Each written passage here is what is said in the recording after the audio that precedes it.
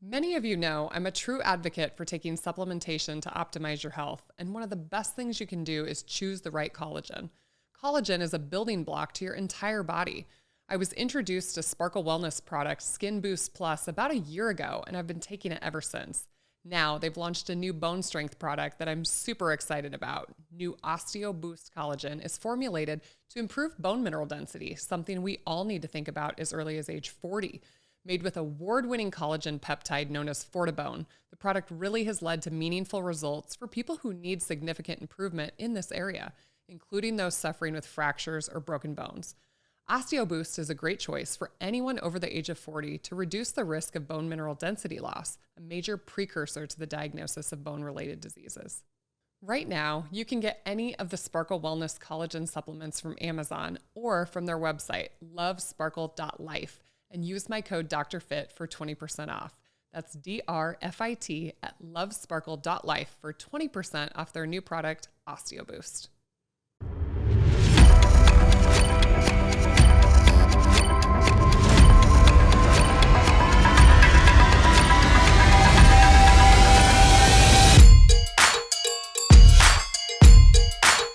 Welcome to the Fit and Fabulous podcast with Dr. Jaime Seaman. Hello, everybody. It's Dr. Jaime, and welcome back to the Fit and Fabulous podcast. It is so wonderful to have you here today. Well, I have an incredible guest, one of my colleagues, Dr. Lyndsey Harper. She is a board-certified OBGYN and associate professor of OBGYN for Texas A&M College of Medicine. She's also a fellow of ACOG and a fellow of the International Society for the Study of Women's Sexual Health. Dr. Harper is the founder and CEO of Rosie, an award-winning women's health technology company that connects women who have sexual health concerns with hope, community, and research-backed solutions. She's been named Forbes' Top 53 Women Disrupting Healthcare, People Newspaper's 20 Under 40, a top innovator in North Texas for 2020, and DBJ Top Women in Tech. Dr. Harper, welcome to the Fit and Fabulous podcast. Thank you so much for having me, and thank you for that introduction. I'm so excited to talk all about women's sexual health with you today. Well, I mean, I may be a little bit biased, but I think it's such an important topic that doesn't get the conversation that it deserves. And we're definitely starting to hear more about it. And thankfully with social media, the dissemination of information is easier for, well, I guess that's probably for better or for worse. Yes, that's true. But tell us a little bit about your life and what kind of inspired just even your career as being an OBGYN. Yeah, so I'm actually originally from Arkansas. I live in Texas now. I always wanted to be a doctor or a babysitter. Those were my two career choices when I was growing up. And so when I was in college, actually, I got a job as a tech at a women's health hospital. And I was like a labor and delivery tech, and I loved it. And so when I got to medical school, everything feels foreign in medical school, but when I got to my OB rotation and sort of the topic of women's health, that felt familiar because I had had that experience. And I just loved everything about it. I thought maybe I would be a pediatrician going into medical school, but because I do love children, but I didn't like my pediatrics rotation and I loved my OB rotation. I loved the surgical aspect of it. I loved that I didn't have to take care of men. I had just come off of No my offense, boys, but I yeah, feel the same sorry. way. I had just come off of my this is hilarious actually. I rotated at the VA and was in the erectile dysfunction clinic at the VA, and I was like, I'm never taking care of another man in my life, you know? And now that's like I do sex medicine, but it highlights that I had so much more training for men's sexual health even as an OBGYN than I ever thought about for women's sexual health. So which was covered by the VA in a whole clinic, by the way. So anyway, I learned that I love procedural stuff. I learned that I love taking care and developing relationships with women throughout their life. And I also love, birth. And also, here's another thing that I think a lot of us have in common is just being there during the really difficult moments. And I think that OB and medicine in general allows you that opportunity and that honor, but I think it's in a special way in OB when you're there for women when we really need it, And I think that actually that sort of need and feeling and drive is kind of what led me down the subsequent path because when I was in private practice, I was having those moments where my patients were coming to me with those true needs around their sexual health, and I felt like I was really failing them. I could maybe help them during a hard time of a cancer diagnosis, or of an infertility journey, or whatever else that we deal with all the time. But this sexual health piece was a huge gap for me, where my patients were needing me in a moment of vulnerability and I really wasn't equipped to help them. And so that was unacceptable to me, and that sort of propelled me into the next phase of life. Yeah, I resonate with a lot of what you're saying. I think people don't realize that OBGYNs are surgeons and that it's such a Yeah. procedural field, but I do agree with you. I never thought about being an OBGYN. I thought I wanted to be an ER doctor because I grew up in the era of like George Clooney and ER, and I thought it Yeah. was like this Let's hang really out with like George. Yeah. cool job. But then Sexy. I Yeah. fell in love with surgery, but then I thought, God, I don't know. I don't want to take out a gallbladder and Same. this and this and this. And then Yeah. when I went on my rotation, it was like this just magical experience for I me, know. just being around, I mean, life, like literally Yeah. birth. Like this is something this family is going to celebrate every single year I on know. this day for the rest of their lives. But our job, I always say it's like, 95% of the time it's amazing and 5% it's Yeah. awful, but it's honestly that 5% that, um, is, I mean, I don't want to say rewarding, but it's like when women really, really, really have a Yeah. problem and you're there to hold their hand and to get them through it and to find, something better on the other side of it is, it really means a lot to us, as healthcare Yeah. providers to step through that with a patient. So, where in your journey did sexual health? I mean, you kind of alluded to the fact that obviously these women are coming to you with a problem that you feel Yeah. like you don't really have the tools for solution. So, give people listening an insight into OBGYN training and sexual health and why now you're so passionate about it. Yeah. So, as I mentioned, as a medical student, so that means everybody in my whole entire med school class, 150 of us, did a 2-week rotation at the VA and learned about erectile dysfunction and men's sexual dysfunction. But I did not in medical school learn anything about women's sexual dysfunction. In residency as an OBGYN, really the only thing I can recall is we did have a sex therapist come to our like lecture didactics and give us a 1 hour Yep. lecture, but it wasn't particularly helpful in my training. And then the other thing that we learned some about maybe was sexual pain, but it wasn't very in depth. It was sort of like, here's some causes of sexual pain, here's a differential, here are potential, paths you can go down. But that's really the extent of it. And even now, when I say that, Rosie is a women's sexual health company, people automatically associate women's sexual health with either sexually transmitted infections or with some sort of reproductive, moment in time. And Interesting. as I've had a lot of time to reflect on this now, I think that and I am not like a man hater. I am a feminist, but I believe that I sort of am an optimist as well, that everybody's kind of hopefully doing the best they can with what they've got at the time. And I think that because medicine was built by men, that there just hasn't been a take on if a woman is experiencing low desire, why might that matter? If a woman is experiencing trouble with arousal or orgasm, why might that matter? It's been really sexuality for women has been looked at as a function of infection or of reproduction, and outside of that it's not really of consequence. And so there's left this huge gap for women, even though we address men's erectile dysfunction, all of the things that they experience. We've left a huge gap of silence for women in our training, even in our brain space as women.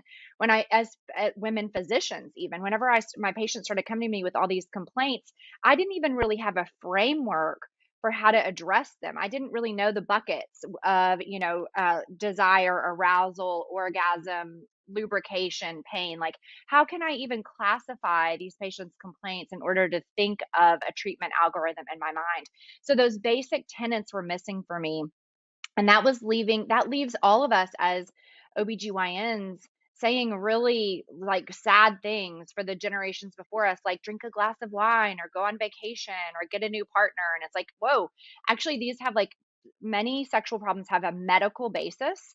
Others of them may have a mental health basis. There may be relationship consequences. Like, I think I have the way that I like to discuss this with other OBGYNs is, have been trained to treat depression, even though that's something that maybe we might not think falls under our purview. It clearly does because so many of our patients are struggling. We have been trained to, put it in a bucket, to write a script for it, to refer for it when necessary, to involve, mental health as possible. And so that's really how I try to help people and physicians to think about sexual health as well. There is a medical component that we as physicians are, obligated to address. And for the rest of the picture, it's not for us to ignore or say it's too big like Pandora's box. It's for us to refer, for us to get an army around our patients to support their sexual health, because 43% of women have a sexual health problem. So nearly half of our patients. And we're really, I think a lot of us now are realizing this, stepping up to the plate, but we still have a long way to go for sure. Yeah, and I'm not convinced that OBGYNs are always asking these questions because we have a lot of things to cover in, Right. Even just a basic wellness exam. I think it's still a very taboo topic that women don't even want to bring up in their OBGYN office, let alone with their partner or with their girlfriends or to the Absolutely. world. Yeah, and why Yeah. would OBGYNs ask about it? To be honest, we haven't been taught the language that is necessary to have these conversations. So many of us are nervous about asking. We haven't been taught the tools to help our patients when they have a problem. So why would we ask a question for which we do not have an adequate response? And to your point, there's, we're not even able to kind of connect those dots. So, oh, the last piece of that is reimbursement. When insurance is reimbursing for men's sexual health visits, but not for women's sexual health visits, that's a misalignment of incentives. So we really have to start at the beginning from, teaching everyone how to talk about sexual concerns to partners, to parents, to providers, then training our healthcare providers and physicians, and then making sure that reimbursement for these really common and serious issues is in place so that when we have those conversations, we're compensated appropriately. And so there's a lot of pieces that need to fall into place, but I think we're making, the early moves necessary to get those things to happen. Can you unpack that a little bit more? Uh, this really big gap and discrepancy in women's and men's sexual health in not even just sexual health, but urinary, Sure. issues, incontinence, those types of things. And maybe for the listeners too, because we only treat women, maybe kind of balance that with like urology and their specialty. And because I don't think patients really Sure. understand how doctors get paid, what and where Yeah. these imbalances really are. Yeah, it's so frustrating and there is so much to unpack here. So we'll start with the sexual health conversation itself. So on the men's sexual health side, there are 26 FDA approved medications to treat men's sexual health problems, and all of them, to my knowledge, are reimbursed by insurance. So when you go to the pharmacy and you go to get your prescription filled, and they say that'll be a $10 copay or a $40 charge, then that's what patients expect and what they receive. On the women's health side, there are two FDA approved medications for low sexual desire, neither of which are well covered by insurance. So you go to get your prescription filled that your doctor wrote for you, and it's $700 or $800. I mean, absolutely ridiculous. So there's a way less options, and even when those options are offered, the options are not well covered. So that's a huge issue. Another issue is physician reimbursement for the visit. So when we as physicians or usually urologists, internal medicine doctors are seeing men patients for a sexual dysfunction, that type of visit is paid for by insurance. So you send a code in as a physician, the insurance company looks at that code and they say, oh, okay, this is how much we reimburse for that type of visit. On the women's sexual health side, if we send in a sexual health code, that many of them, not all of them, but many of them for which many of our patients, need to be seen, those codes are not reimbursed. So we as physicians are left to sort of add other codes or not see patients for that problem, or certainly just it makes it more difficult to be adequately reimbursed for addressing a healthcare problem that needs to be seen and taken care of. And then when it comes to how much we are reimbursed, right? So if you look code to code, so a good example that I know a lot of us talk about is a biopsy of the vulva, right? The external female genitalia versus a biopsy of the penis. There is a huge discrepancy between how much each of those procedures reimburses. So how much a urologist might be reimbursed versus how much a urogynecologist or an OBGYN might be reimbursed, or a GYN oncologist might be reimbursed. And there's no difference necessarily in difficulty of procedure. They should definitely be more on par or equal. And right now the discrepancies are vast, and that's reproduced across many procedure codes, and well documented in many papers written by our colleagues.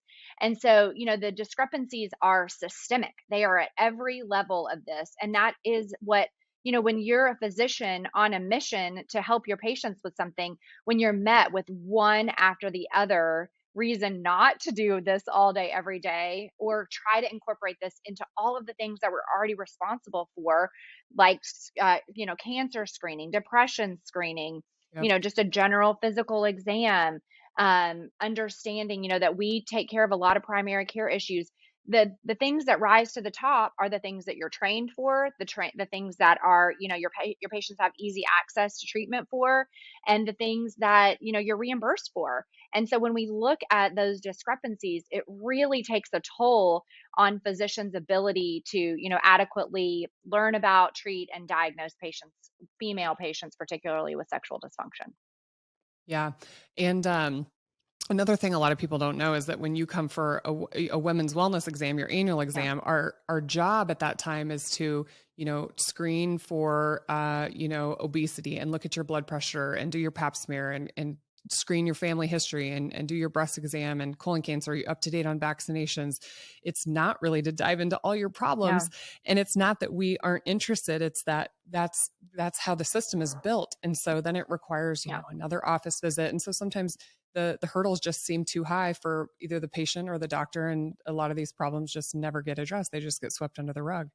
Right. And I Um, think that's an important piece to call out, because a lot of times that's how I will talk to physicians about this. But I think there's also sort of a patient training piece of this, which is to say, hey, your sexual function is really important. It's not going to be able to be addressed adequately at your well woman exam, but it is important enough to come back for a problem visit, which is what we as physicians would know that visit as, because there's just not enough time, there's just not enough bandwidth in the well woman visit to do that. But that doesn't mean that you're getting brushed off by your physician, which I think, and some patients are brushed off by their physicians, not to say that that's not happening. yeah, That is definitely happening.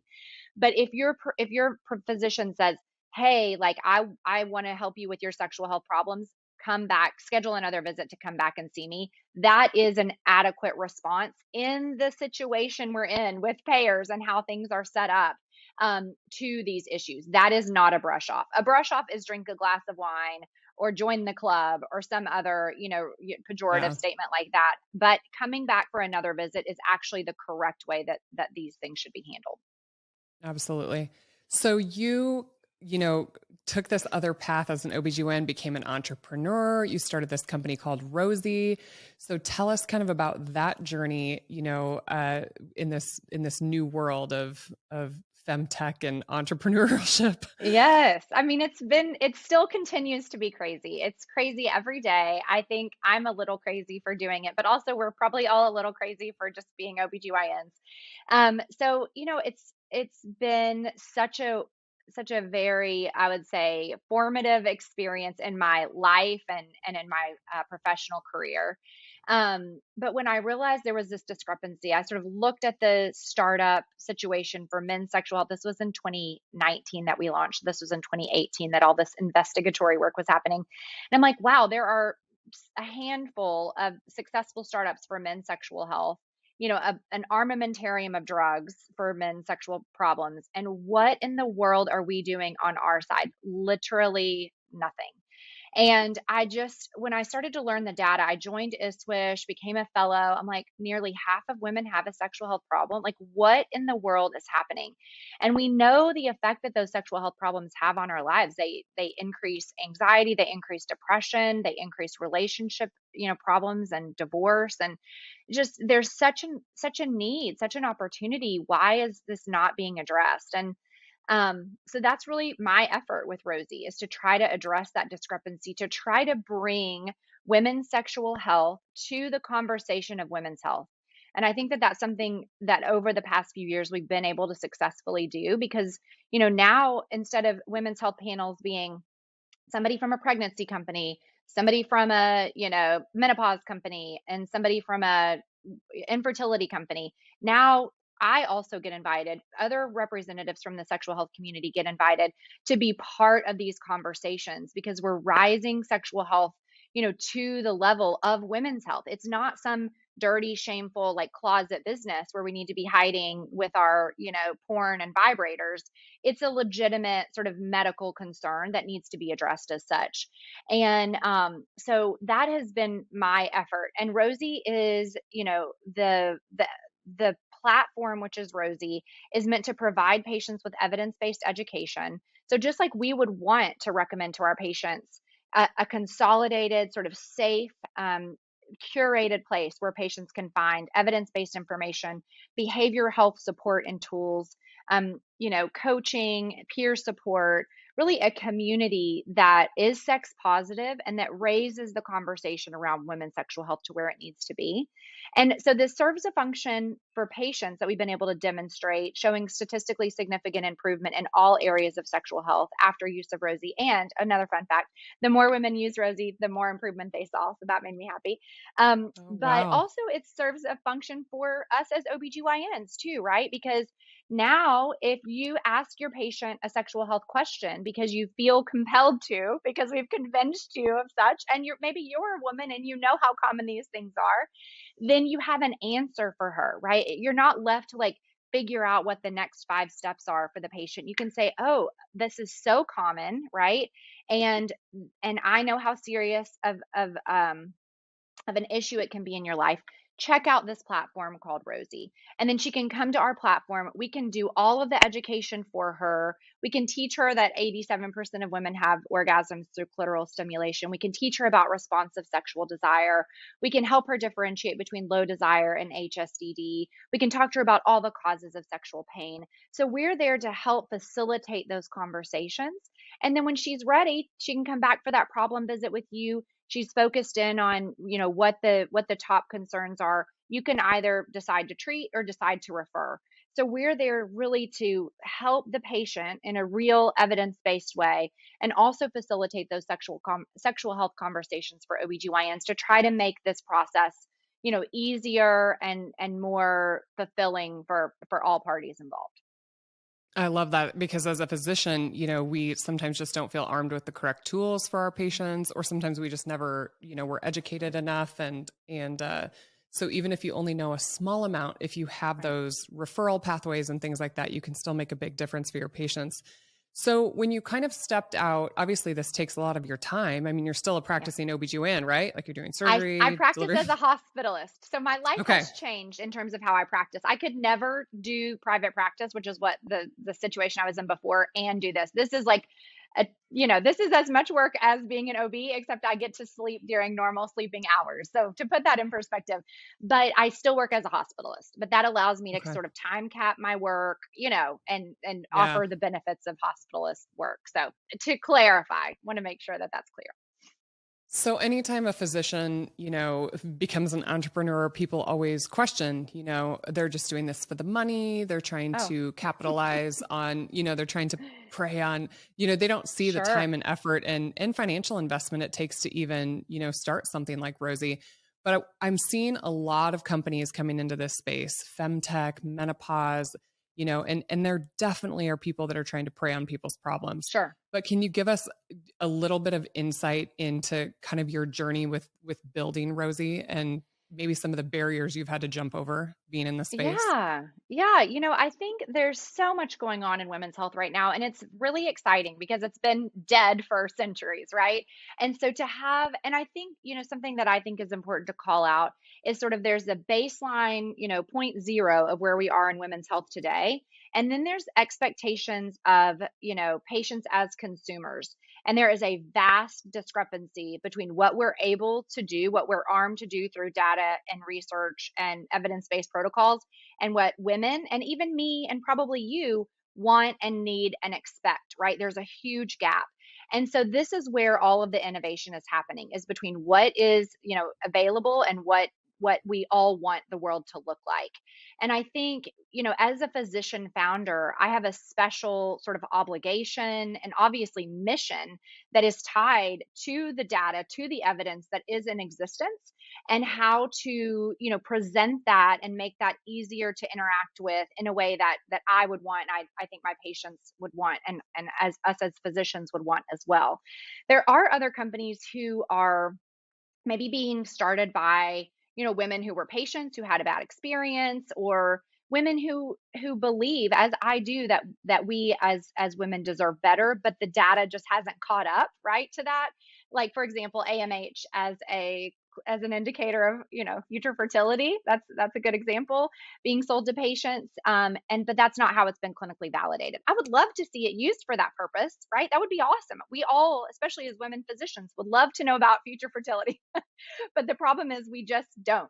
And so we spend a lot of time as OBGYNs, as, people speaking in public about women's health, trying to untangle all of this, like, what's real, what's not real. Not to say that we shouldn't be targeting towards more personalized opportunities for us to understand what's happening to our health, but that's just not where we are today. And we cannot get there without the data and the evidence to back it up. And so that's it.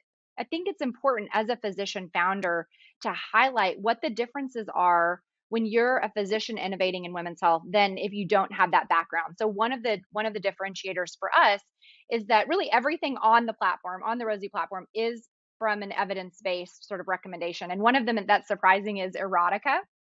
So people are like, "Oh, there's erotica on the platform. That's interesting." I'm like, "Yeah, because it's one of the best evidence-based behavioral tools we have for women's sexual health." And that's why it's on the platform. It's easy for women to find. It's sex positive. It's female pleasure focused. There's lots of great things about that show up in our data, and we're able to prove the things that we're doing are working because the data is so important to us. So Rosie instituted clinical standardized questionnaires onto the platform from day one. So within 8 months of being in the market, we were able to share data about Rosie and our ability to help women on the platform, and have continued to really emphasize and invest in research infrastructure so that not only we can present data about the company and Rosie as an intervention, but also we can give back to what is known to the greater body of Right. knowledge about women's sexual health. And I think when you have physicians as innovators, as entrepreneurs, these pieces of the puzzle are there where they're missing in these other, women's health companies. Not, I do not want to like talk bad about the field in general, but I think as a consumer and as a physician, we already know to be looking for the data and the research, but that's something that may not be as obvious, and it's clearly not, or apparent to patients. And so that's why for us, one of our main ways to spread the word about Rosie was to just tell OBGYNs we were in existence, to share with them the data of how we created the platform and also how the platform works, and then have OBGYNs recommending to their patients. And now we have 8% of OBGYNs in the country recommending Rosie to their patients. I'd love for that to be 100%. It takes time and efforts like this, which I appreciate. But that's different than the way a lot of these other companies have gone to market, which is directly to the consumer, Yeah. and may or may not have that clinical data to back them up. So I think the point of that whole soapbox is that we need more physicians as innovators. And I think we're Yeah. not set up in our training to pursue that. There's so many thoughts of guilt, like, oh, so much money was invested in my training and now I'm just leaving. And, blah, blah, blah, blah, Yeah. blah. All of this like narrative where we think, oh, if we leave clinical practice, we are letting the world down somehow. But the way that I view it is, who is better to innovate in women's health than women physicians, women Yeah. OBGYNs? We get the problems. We also get the medical side of things. We understand the nuances of healthcare that are actually very difficult for outsiders to understand. And that training that was invested in us can go on to do more than we could do potentially day to day seeing patients. Not that that work is not, incredibly important, because obviously it is, but like, what about at scale? How can we scale our training to make the world a better place for women and our health, right? So I don't think we have to think about as turning our backs on medicine, or coming to the dark side or anything like that. I think we can think about it as another opportunity to share the training that we've had and the insights that we've gained from that training and from that experience in order to contribute back to the world. And also, just to comment on the finance part of things, like, I make less money now than I ever did practicing, even when I first started out.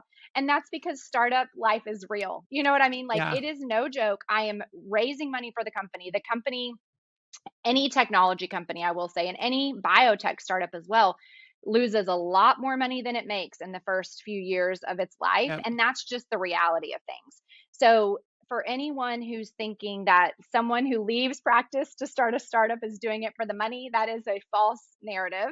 Yep. And, it's really a Glad you said mission that. driven. Yeah. It's Yeah. really a mission driven effort for which I work super hard and I love it. I'm so passionate about it.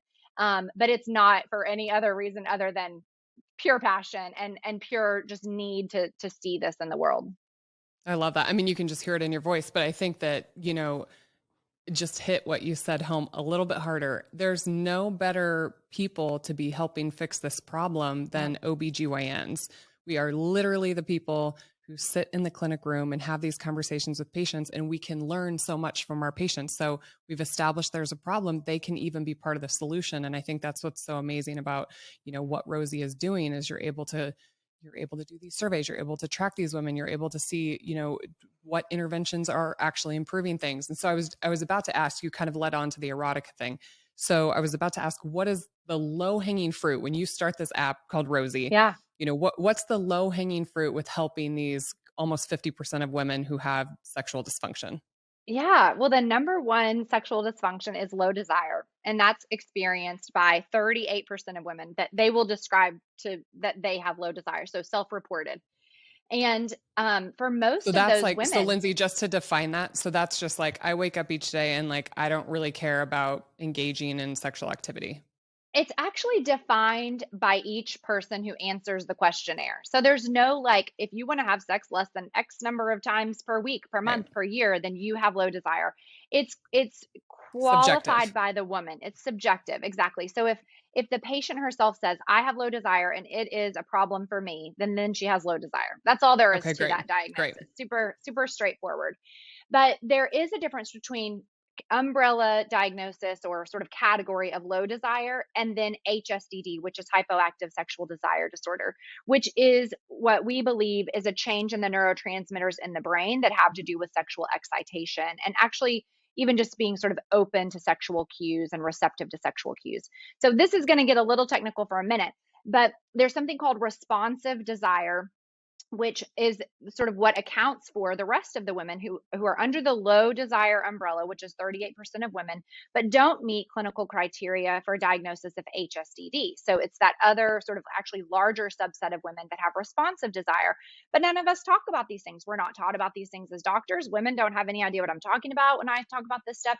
But what responsive desire means is you're not having spontaneous thoughts of sex. You're not getting spontaneously turned on in the middle of the day.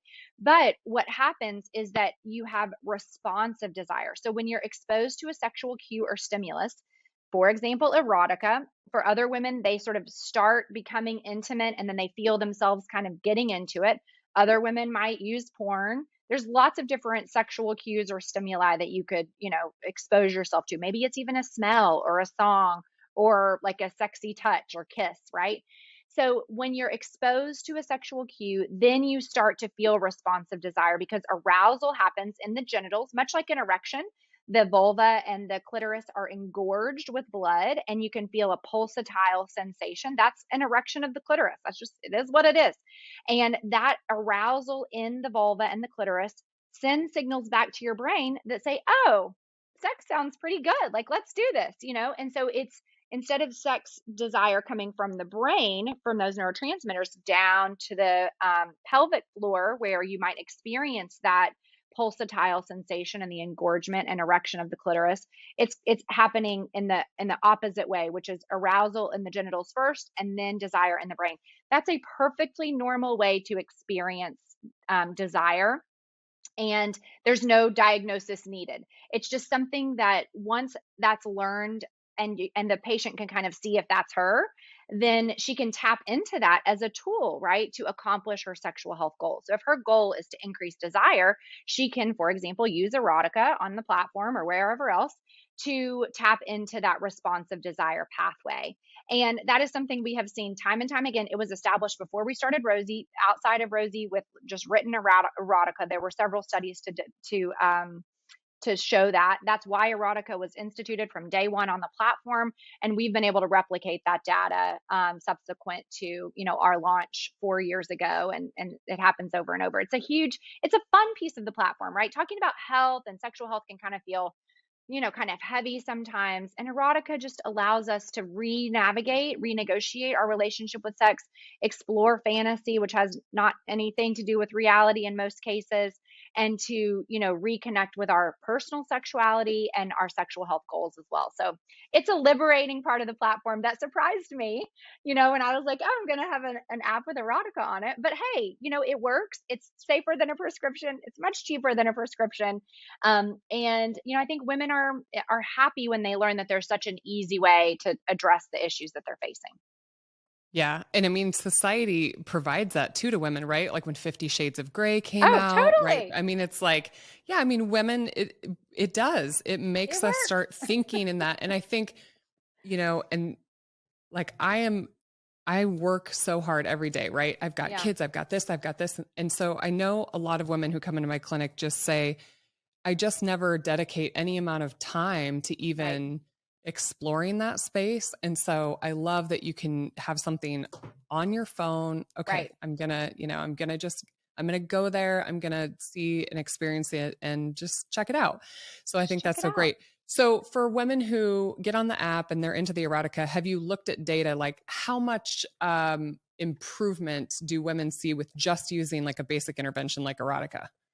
Yeah, so it depends on why. So Rosie started focused on low desire, but now we have resources all across the board. We have resources for pregnant patients, for infertility patients, for postpartum patients, for patients who've experienced sexual trauma. I mean, partnership problems, partners with sexual dysfunction, breast cancer and sexual function, menopause and sexual function. So it really depends on why the patient is there. But for low desire women, and also for women who have arousal and orgasmic dysfunction, we have seen it make a statistically significant difference, as I mentioned. And but we have to make sure that those are not due to medical issues, right? We have to make sure that we've ruled out HSDD, which I give grand rounds on these topics all the time if anyone's interested. And then we've also ruled out any sort of, vulvar or vascular issue that could be affecting arousal and orgasm. And also another important piece of that category are SSRIs, right? So we have to take a Yeah. look at the chart from a medical perspective and say, hey, just like I would evaluate a man with erectile dysfunction, what's my clinical framework for evaluating this patient? Have we ruled out HSDD? Have we ruled out any structural complaints, vascular complaints? If so, then it is likely that these behavioral interventions will work for her. If the behavioral interventions are instituted and not efficacious, then it's time to involve, another professional, such as potentially a coach, if that's appropriate, potentially a sex therapist, potentially a relationship therapist, right? Because these are multifaceted issues, but once again, we need to start with our jobs of making sure there's nothing going on from the medical aspect. And if that's the case, then many times these other behavioral interventions will be successful. Yeah, yeah, I love that. Okay, so in 2021, Rosie put out this amazing survey called the State of Sex, and I'm always looking back at this thing. So We're on about to here, release another one, by the way. oh, It's okay, coming out I'm in excited. April. We're very Good, close. good, good. So one thing we hear about a lot is the orgasm gap. And, Yes. so let's say we fixed desire, but now women, you were kind of, saying arousal and orgasm. So in the 2021 data, the people who reached orgasm more regularly, 66% of women said that they could orgasm regularly, but 90% of men said they could. So Yeah. definitely a big imbalance there in that. Talk to us And about that's why with that is. partnered sex, right? That's a partnered sex Okay. stat. Yes. Yep. So Yep. that's what's really interesting. And the data this year shows this again, is that a much higher number of women orgasm, it's in the 90s of women orgasm with masturbation, with self-stimulation. But when by they get into themselves. partnered sex, when they get into partnered sex, it's in the 60s. But men are in the 90s, regardless. And so it's like, what's going on there? I think I have learned a lot about this from one of my favorite sex therapists. Her name is Lori Mintz, Yeah. Mintz, and she actually is on the Rosie platform as well. She was my very first expert besides myself. So I Yeah, owe a Lori and I lot to did a her. podcast together. Oh, So I for people love listening, her. if you didn't catch Lori's Yes. episode, go find it. Circle She's back to fantastic. Lori's. She is fantastic. And anyway, so she really talks a lot about this and how, women think, and we see this as OBGYNs. People come to us and think, oh, I cannot have an orgasm through penetrative sex, through penis and vagina sex. What is wrong with me? And why did my partners, all of his previous partners, why was he able to get them there and not me? Well, here's the real answer. As I mentioned earlier, 87% of women require clitoral stimulation to have an orgasm, and nobody knows this. OBGYNs don't know this.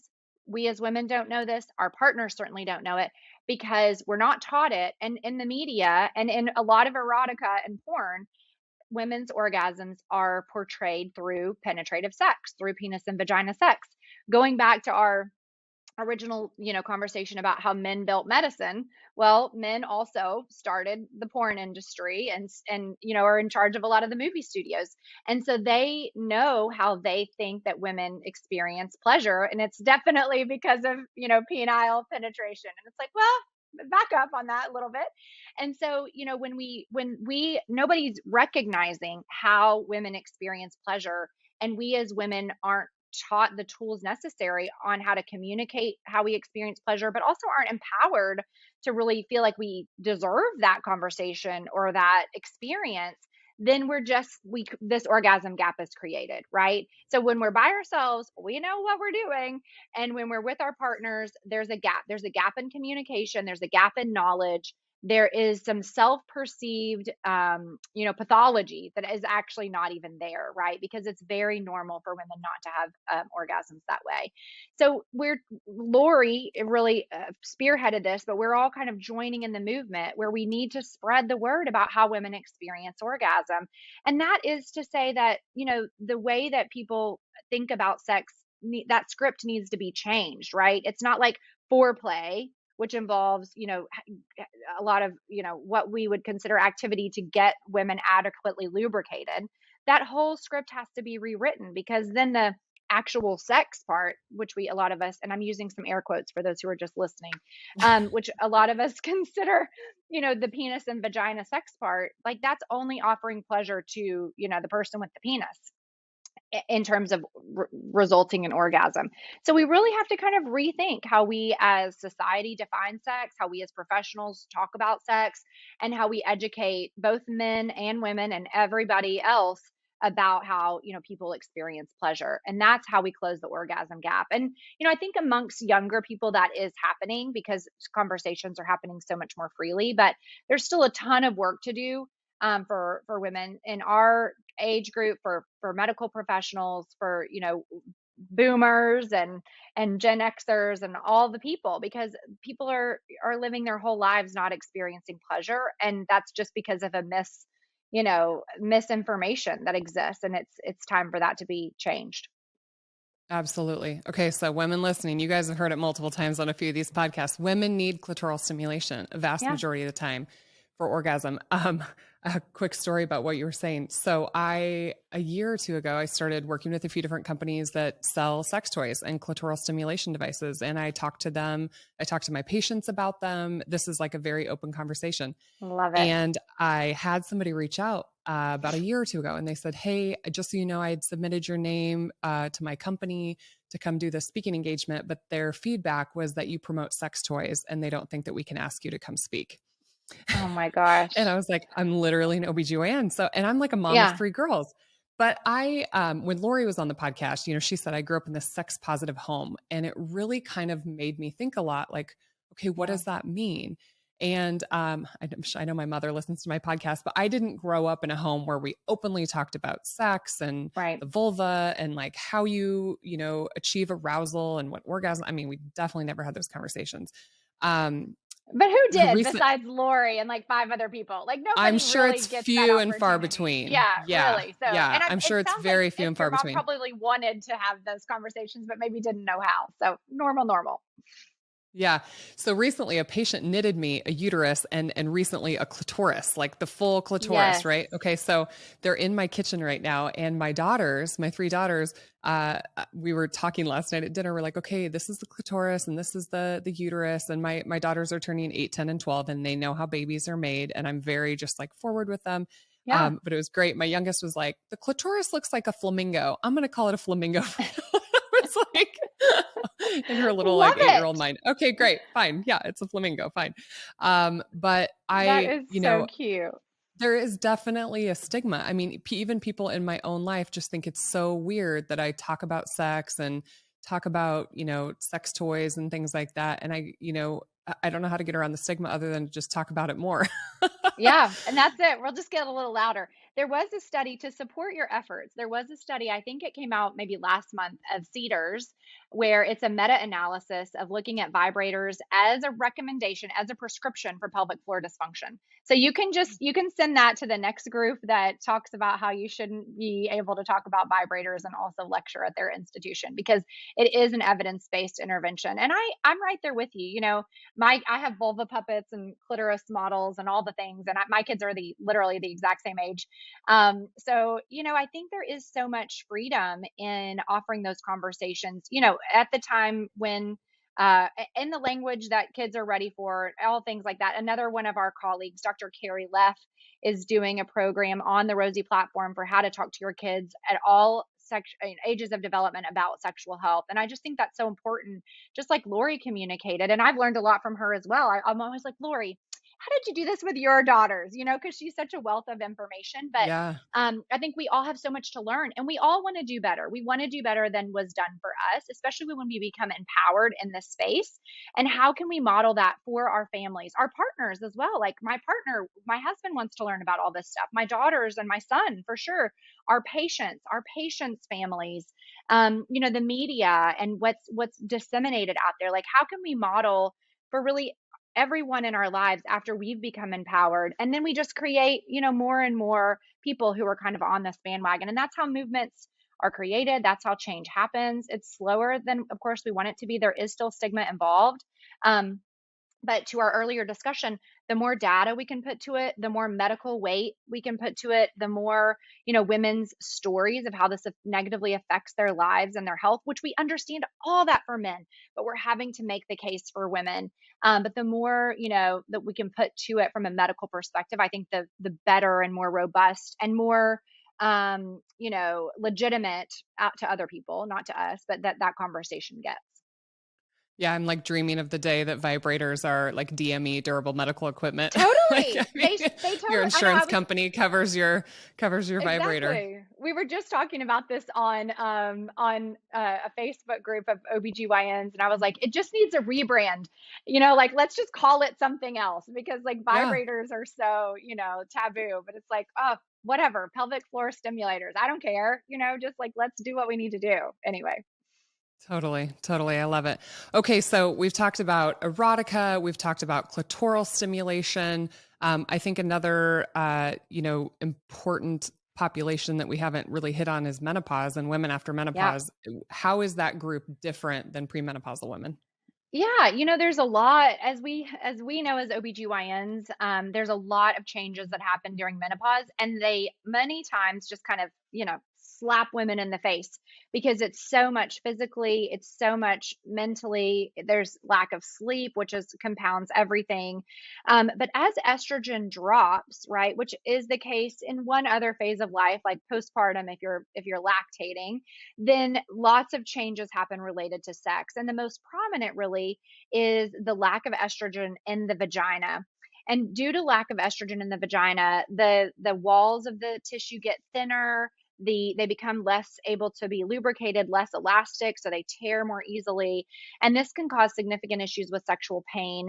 And then, as one might imagine, but then in addition to that, the changes of menopause, because of the hormones, because of the fatigue, the mental health changes, and body image, changes, to speak to a lot of your work, really affect our level of sexual desire as well. And then I didn't mention the decrease in testosterone. So women's bodies make testosterone as well, and that needs to be, a part of the conversation when it comes to sexual health and menopause too. So it's a lot of things at once, none of which are good for sexual health, right? And so navigating, being prepared for these things, having open conversations about them, knowing what the evidence-based interventions are available, and also which ones are right for you, is a huge part of success. Menopause and sexual health can be, and by many people are, navigated successfully, but it does require open communication with your partner and with your healthcare provider, your OBGYN, whomever that might be, because there will be true medical things that need to be addressed. So it's really important to share information about those things, and also to share resources of how to get those interventions as well. Yeah, absolutely. I have encountered so many patients who have come to me when they've gone through this transition and they're like, "Hey, listen, my husband is on testosterone and he's taking Yeah. erectile And dysfunction meds." Viagra. And Yeah. like, and now this problem is like 10 times worse than it was, Right. before, because it's so painful. And if you're having painful sex, why would you ever have desire You to, wouldn't. You to don't. participate in Exactly. that regularly? Yeah. Yeah. So there's definitely solutions and people need to talk about them. And thankfully, I think the pendulum is really swinging with hormone replacement therapy. Yeah. For many, many, many years, women were really swept under the rug when it came to optimizing hormones after menopause, and thankfully we're kind of seeing that turn the other way, which is great. Absolutely. Yes, I'm So thankful that's happening for us for our menopause. you're right, Yeah. because it's coming. It's It's coming. It's coming coming. quicker than we would like. Okay, That's right. so you guys, we're going to switch over to the semen analysis. This conversation has been incredible. So in case I don't say it at the end, please share this conversation with your girlfriends, with your moms, with your grandmas, with your daughters, if you feel like it's appropriate, because these are just things that don't get talked about enough. And so I want to help amplify that message a little bit more. So just to end this out, when I was researching Rosie and Dr. Harper, which I've known about her for so long, but as a new startup company, you're trying to raise funds, you're trying to grow this company. And so, I found some data when you guys were going after investors, but I just think this is like the greatest thing to end with here. So studies have shown that 43% of women in the US have some type of sexual dysfunction, which is basically 1 in 2 women who either have low desire, arousal, difficulty with orgasm, or lubrication, or something else. Everything that Dr. Harper and I have talked about. Furthermore, 75% of women report painful sexual intercourse at some time in their life. That's huge. That's huge. But physicians have little to no training in women's sexual function. Instead, we just talk about pregnancy, reproduction, surgeries, and other preventative medicine. We've addressed the fact that ACOG, who is our governing body, for those that don't know, American College of OBGYNs, they give some guidance to their members, about well visits and STI screening and pregnancy and all these things, but they really have not given us great resources for this particular problem. And there are some people, ISHWISH, North American Menopause Society, some people who kind of play in this field. But once again, OBGYNs who were surveyed, 61% of OBGYNs felt they were unequipped to discuss matters of sexual health with patients before they learned about what Rosie has to offer. So that's huge. That's huge. But on the other hand, men have endless resources. Like Dr. Harper said, 26 FDA approved medications that address sexual dysfunction. Women have 2. We didn't even get to talk about them, but I'll tell you, I rarely prescribe them because they're not covered and they're not that great. They're not that magical. But we need more funding, more research in this area. So if you guys feel compelled, if an investor is listening and loves what Dr. Harper is doing with Rosie, reach out to her. But just women in general, go find the Rosie app. Dr. Harper, tell people how they can find it, or if they're an OBGYN, how they can get clicked in and connected with what you're doing. Absolutely. Thank you so much for that. And yeah, there is some I think movement with ACOG. I spoke last year at ACOG with Lori actually, and I'm speaking this year again at ACOG. So if anyone's coming to the National Convention in Baltimore in May, please come to my talk. It's on Sunday if you're still going to be there, but I'm so happy to have a spot. And then also, like I mentioned, I'm more than happy to do grand rounds. It's non-branded. It's all just about evidence-based interventions for women's sexual health problems. My Instagram is Lindsey, but my name is spelled differently. Lyndsey Harper MD. I'm obviously on LinkedIn. And then Meet Rosie is just www.meetrosie.com. That's our website where people can check out sort of our approach to things, our inclusivity, the language that we use. And also you can go to either app store, Apple or Android, and download Rosie, ROSY, to check it out. If you're a practicing clinician of any kind, if you have an NPI, you can go to our website /sign up. So that's meetrosie.com /sign up.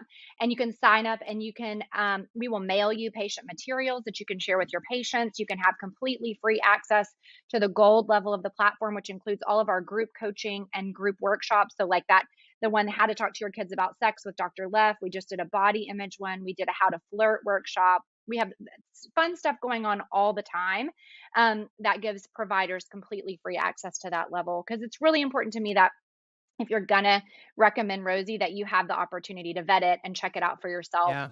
as well. So I would love to connect with everybody in any of those ways, all of those ways, and really just continue to promote women's sexual health, in the conversation of health amongst women, and serious conversations with partners, providers, and in groups of women as well. So thank you so much for helping with this effort and, sharing our message too. I really appreciate it. Absolutely. Well, thank you, Dr. Harper. And thank you, everybody, for listening. Once again, share this with all your friends and family, and we will catch you all on the next episode. Did you guys love that last episode of the Fit and Fabulous podcast? Well, of course you did. And I want to keep bringing you the most amazing content from the most incredible people. And you can help me by subscribing to the Dr. Fit and Fabulous channel. You guys know where the button is. Just click it. It's the doctor's orders.